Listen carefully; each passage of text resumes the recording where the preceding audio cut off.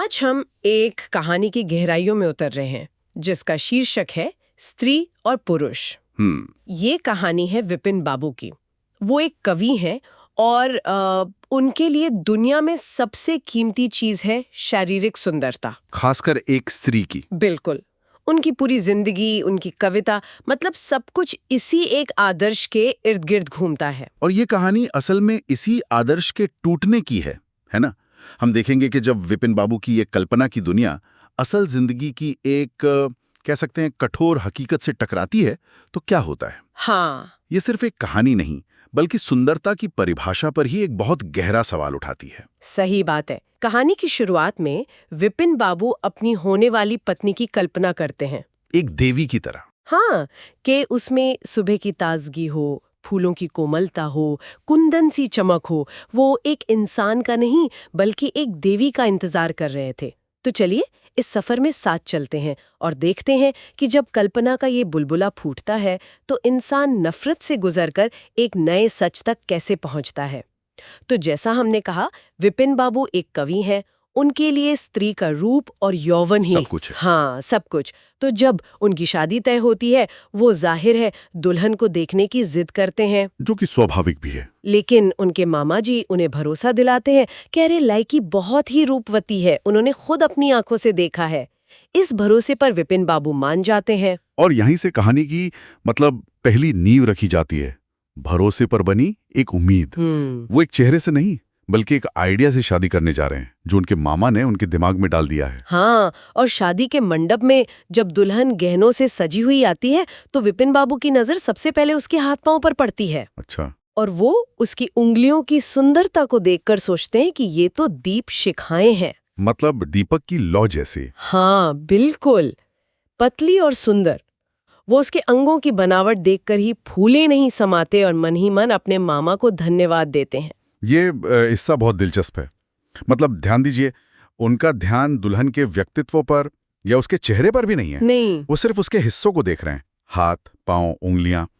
ये सिर्फ पसंद नापसंद की बात नहीं है, ये एक तरह का कह सकते हैं ऑब्जेक्टिफिकेशन है, जहां इंसान को हिस्सों में देखा जाता है। सही बात है। विपिन बाबू एक साथी नहीं बल्कि अपनी कविता के लिए एक म्यूज या एक सुंदर वस्तु खरीद रहे हैं। और जब वो वस्तु उनकी कल्पना जैसी नहीं निकलती तो वो उसे खारिज कर देते हैं। ठीक वैसे ही जैसे हम कोई खराब सामान लौटा देते हैं। और ये खारिज करने वाला पल बहुत जल्दी आता है। अगले दिन विदाई के समय रास्ते में पालकी रुकती है। कहार पानी पीने के लिए रुकते हैं। हाँ, और विपिन बाबू अपनी पत्नी आशा को देखने के लिए इतने बेचैन है कि वो चुपके से पालकी के पास पहुंच जाते हैं। और वहां वो देखते हैं कि आशा घूंघट हटाए पालकी से बाहर झांक रही हैं। और बस उसी एक पल में सब कुछ खत्म हो जाता है। वो पल कहानी का टर्निंग पॉइंट है। वो चेहरा उनकी बरसों की कल्पना, उनकी कविता के आदर्श से बिल्कुल अलग था। बिल्कुल। कहानी के शब्दों में वो एक चौड़े मुंह, चिपटी नाक और फूले हुए गालों वाली कुरूपा स्त्री थी। और ये देखते ही विपिन के अंदर प्यार या हमदर्दी नहीं बल्कि घृणा, क्रोध और निराशा की एक लहर दौड़ जाती है। वो सारा उत्साह, वो सारी कविता, सब हवा हो गया। उनके दिमाग में बस एक ही बात घूम रही थी, मेरे ही साथ ऐसा होना था। शादी के बाद तो विपिन बाबू का जीवन जैसे नर्क बन जाता है।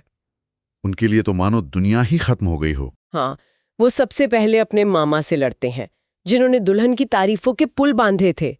वो ससुराल वालों को बुरा भला कहते हैं और सबसे बढ़कर अपनी पत्नी आशा से नफरत करने लगते हैं। और आशा, वो बेचारी क्या करे, वो तो उन्हें खुश करने की हर मुमकिन कोशिश करती है। अच्छे कपड़े पहनती है, घंटों आईने के सामने बैठकर श्रृंगार करती है, उनकी सेवा के मौके ढूंढती है।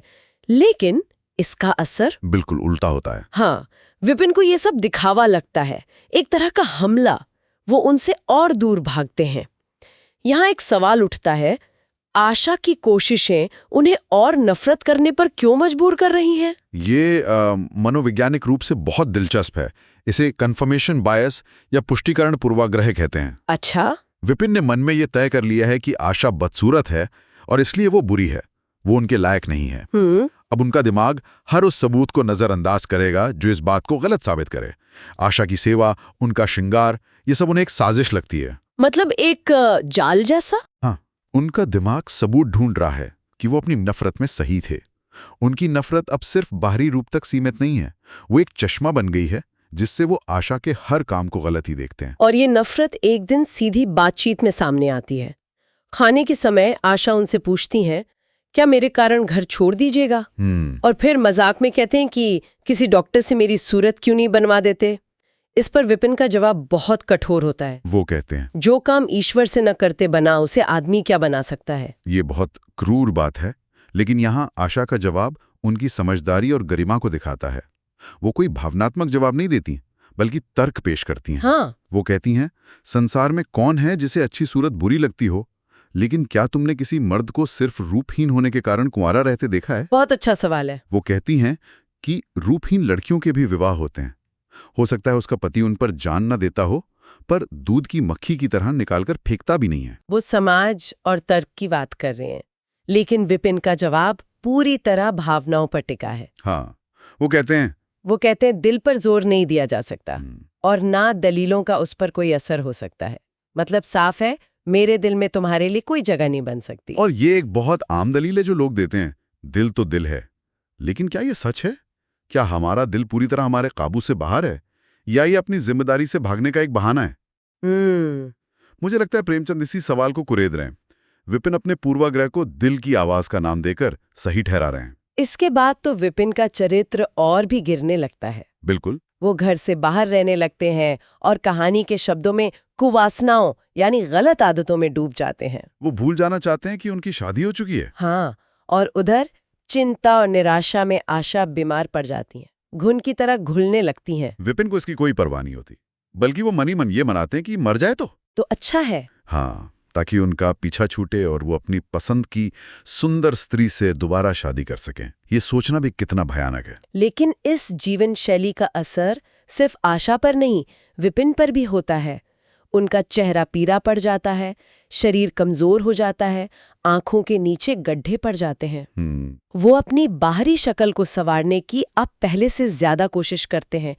रोज तेल लगाना, बाल बनाना, अच्छे कपड़े पहनना, लेकिन चेहरे पर वो चमक नहीं रहती। और यही कहानी एक तरह का न्याय करती है, जिसे हम विडंबना भी कह सकते हैं। सही। जो इंसान बाहरी सुंदरता का पुजारी था, वही अपनी सबसे कीमती चीज, अपनी सुंदरता, खो बैठता है। कहानी में एक बहुत महत्वपूर्ण पंक्ति है। कौन सी? विषय भोग में धनी का सर्वनाश नहीं होता, इससे कहीं अधिक बुद्धि और बल का सर्वनाश होता है। ये दिखाता है कि उनका बाहरी क्षय उनके आंतरिक पतन का ही एक प्रतिबिंब था। मतलब उनकी आत्मा की कुरूपता अब उनके चेहरे पर झलकने लगी थी। बिल्कुल। और फिर कहानी का निर्णायक मोड़ आता है।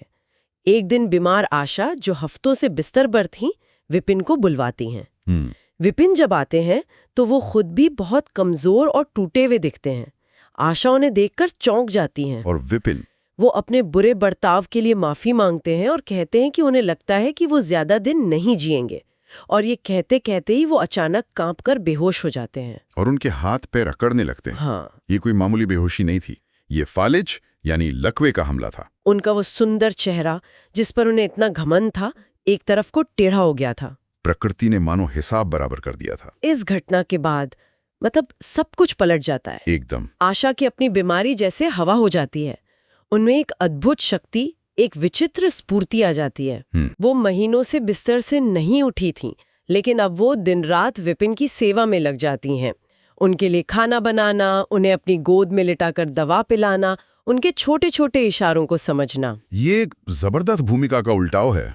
जिस इंसान को उसकी बदसूरती के लिए नकारा गया, वही अब सेवा और सहारे का एकमात्र जरिया बन जाती है। बिल्कुल। उसकी आंतरिक सुंदरता और शक्ति, जो विपिन को उसके सुंदर चेहरे के न होने की वजह से पहले कभी नहीं दिखी, अब उसकी जीवन रेखा थी। सही बात है। कहानी दिखाती है कि जिस चीज को वो सबसे महत्वहीन समझ रहे थे, यानी सेवा और त्याग का गुण, वही असल में सबसे ज्यादा मूल्यवान था। बिल्कुल। 15 दिनों बाद विपिन की हालत कुछ संभलती है, लेकिन उनका चेहरा अब बुरी तरह बिगड़ चुका था। कहानी में लिखा है, हाँ, जैसे कोई रबर के खिलौने को खींचकर बढ़ा दे। एक दिन वो आईने में खुद को देखकर डर जाते हैं। सोचिए उस इंसान पर क्या गुजरी होगी, जिसकी पूरी पहचान ही उसकी सुंदरता से जुड़ी थी।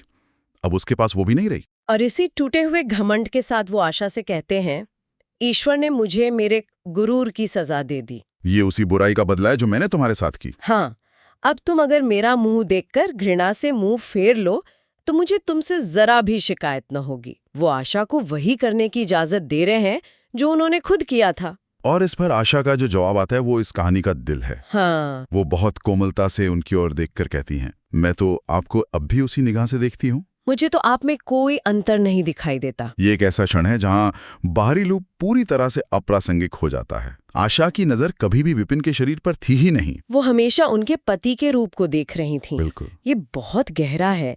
मतलब विपिन जिस चीज को सच मानकर जी रहे थे वो आशा के लिए कभी सच था ही नहीं। कहानी के अंत में घर पर एक पूजा का उत्सव है। हाँ, आशा ने पति की बीमारी में देवी से मन्नत मांगी थी। मोहल्ले की औरतें जमा हैं, गाना बजाना हो रहा है।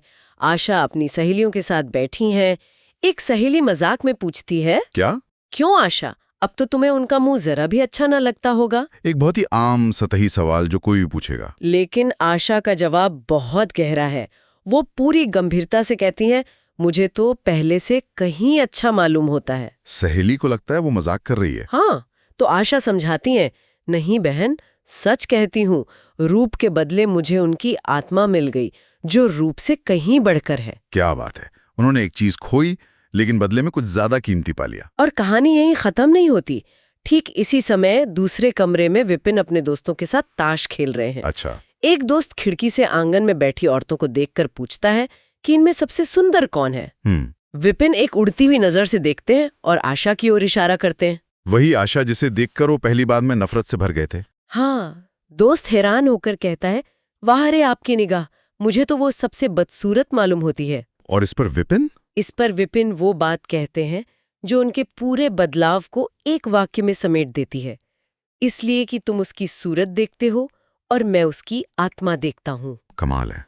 और वो आशा को देवी कहकर संबोधित करते हैं। कमाल है। दोनों किरदार अलग अलग कमरों में अलग अलग लोगों से बात करते हुए एक ही सच पर पहुंचे हैं। हाँ। जिस आदमी ने कभी बाहरी सुंदरता को पूजा था, आज वो उसी स्त्री की आत्मा में सच्ची सुंदरता देख रहा है जिसे उसने कभी बदसूरत कहकर ठुकरा दिया था। और जिस स्त्री को उसकी बदसूरती के लिए प्रताड़ित किया गया, वो अपने पति के बिगड़े हुए चेहरे में पहले से ज्यादा सुंदरता देख रही है।